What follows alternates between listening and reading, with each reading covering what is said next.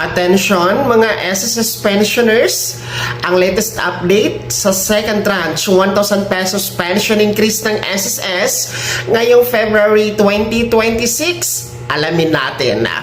Yes mga ka-Vlogs, no, dahil February na po tayo ngayon, atin pong tatalakayin kung ito nga bang SSS second tranche 1,000 pesos pension increase ay nakatakda na ba itong ipamahagi o ipatupad ngayong buwan ng February 2026.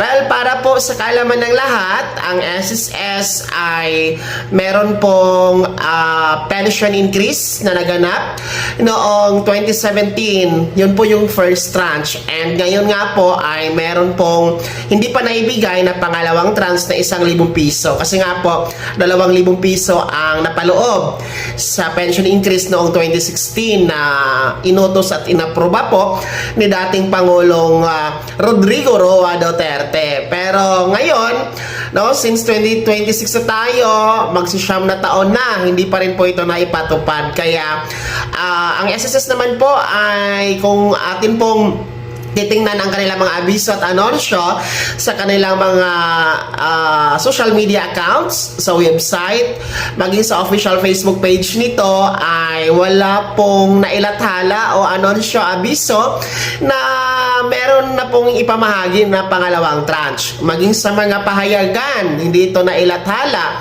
at hindi din po ito naibalita sa mga national media networks kasi nga po binabalita talaga ito sa national TV kapag meron pong pension increase na nagaganap.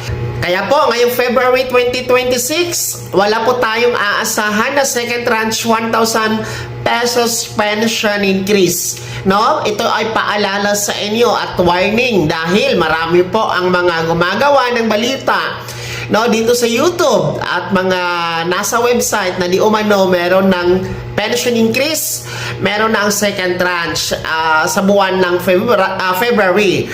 Well, yan po ay fake news. Kaya nga po paulit-ulit po nating binibigyan kayo ng paalala na wala pa ang second tranche. And siguraduhin ninyo na nasa mga lehitimong channel kayo, mga lehitimong website and lehitimong mga Facebook accounts. Kung gusto niyo po ng mga matitino at tamang impormasyon, lalong-lalo na ang ating second tranche pension increase.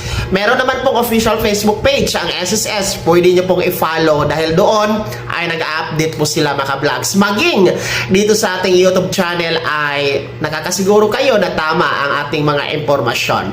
At yan po ang pinaka-latest update dito sa second tranche 1,000 pesos